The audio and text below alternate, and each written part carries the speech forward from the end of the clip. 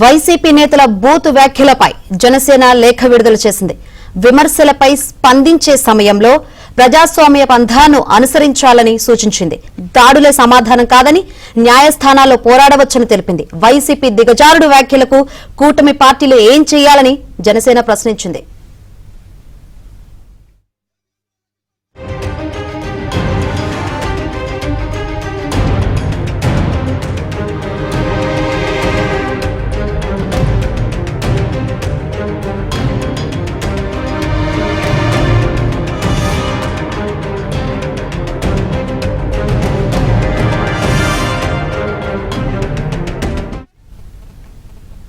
Right, Janasena లేఖపై ఇప్పుడు కూటమి పార్టీలు ఏం చేయాలని ఇప్పటికే జనసేన ప్రశ్నించింది.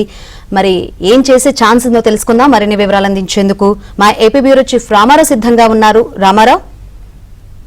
శంకరి, వైసీపీ నేతల బూతు వ్యాఖ్యలపై జనసేన పార్టీ తరఫున అధికారిక లేఖ విడుదల చేశారు. ఇందులో పవన్ కళ్యాణ్ నేతలతో చర్చించిన అనంతరం ఈ లేఖ విడుదలైంది. విమర్శలు, వ్యాఖ్యానాలపై స్పందించడంలో ప్రజాస్వామ్య పంథాన్ని అనుసరించాల్సి ఉంది అని కూడా ఆ పార్టీ అభిప్రాయపడింది. న్యాయస్థానాల్లో పోరాడవచ్చు, దాడులే సమాధానం కాదు. వైసీపీ చేస్తున్న దిగదారుడు వ్యాఖ్యలకు కూటమి పార్టీలు ఏం చేయాలి? ప్రజా జీవితంలో ఉన్న ప్రతి ఒక్కరి నడతను, మాటలను జంజీ గమనిస్తుంది, మర్చిపోవద్దని కూడా అందులో పేర్కొన్నారు. ప్రజాస్వామ్య రాజకీయాల్లో విమర్శలు, ప్రతి విమర్శలు, ఆరోపణలు, ప్రత్యారోపణలు, వ్యాఖ్యానాలు ఉంటాయని, వాటిపై స్పందించడంలో కూడా ప్రజాస్వామ్య బంధాన్ని అనుసరించాల్సిన బాధ్యత రాజకీయ పార్టీల నేతలు, కార్యకర్తలపై కూడా ఉంది అని తెలిపారు. విమర్శలను స్వీకరించలేక దాడులకు తెరపబడటాన్ని ఎవరూ హర్షించరని, విమర్శలకు దాడులు సమాధానం కావు అని కూడా జనసేన అభిప్రాయపడింది. విమర్శలు, ఆరోపణలు, వ్యాఖ్యానాలపై చట్టబద్ధంగా న్యాయస్థానాల్లో పోరాడే అవకాశాన్ని రాజ్యాంగం కల్పించింది అని కూడా గుర్తు చేసింది. వైసీపీ ప్రతిపక్షంలో ఉన్నప్పుడు, అధికారంలో ఉన్నప్పుడు ప్రతిపక్ష హోదా కూడా సాధించలేని స్థితిలో కూడా చేస్తున్న వ్యాఖ్యలు ఆ పార్టీ దిగజారుతనానికి నిదర్శనము అని కూడా పేర్కొన్నారు. ఆ పార్టీ అధ్యక్షుడు జగన్ రెడ్డి పాఠశాల విద్యార్థుల సమక్షంలోనే హద్దులు దాటి దిగజారుడు మాటలు మాట్లాడారు అని కూడా గుర్తు చేశారు. భార్యను కారుతో పోల్చి మాట్లాడిన జగన్ వాచాలత్వాన్ని ప్రజలు గాని, కూటమి నాయకులు గాని, శ్రేణులు గాని మర్చిపోలేదు అని కూడా తెలిపారు. ఉప ముఖ్యమంత్రి వర్యులు జనసేన పార్టీ అధ్యక్షుడు పవన్ కళ్యాణ్ పై వ్యక్తిత్వ హననానికి పాల్పడి ఆయన కుటుంబ సభ్యులపై చేసిన వ్యాఖ్యలు ఎంత నీచమైనవో ప్రజలందరికీ తెలుసు అని కూడా స్పష్టం చేశారు. జగన్ రెడ్డి కార్యాలయంపై గాని, ఆయనకు చెందిన సంస్థలపై గాని జనసేన గాని, పవన్ కళ్యాణ్ అభిమానులు గాని దాడికి తెగబడ్డారా అని కూడా ఆయన ప్రశ్నించారు.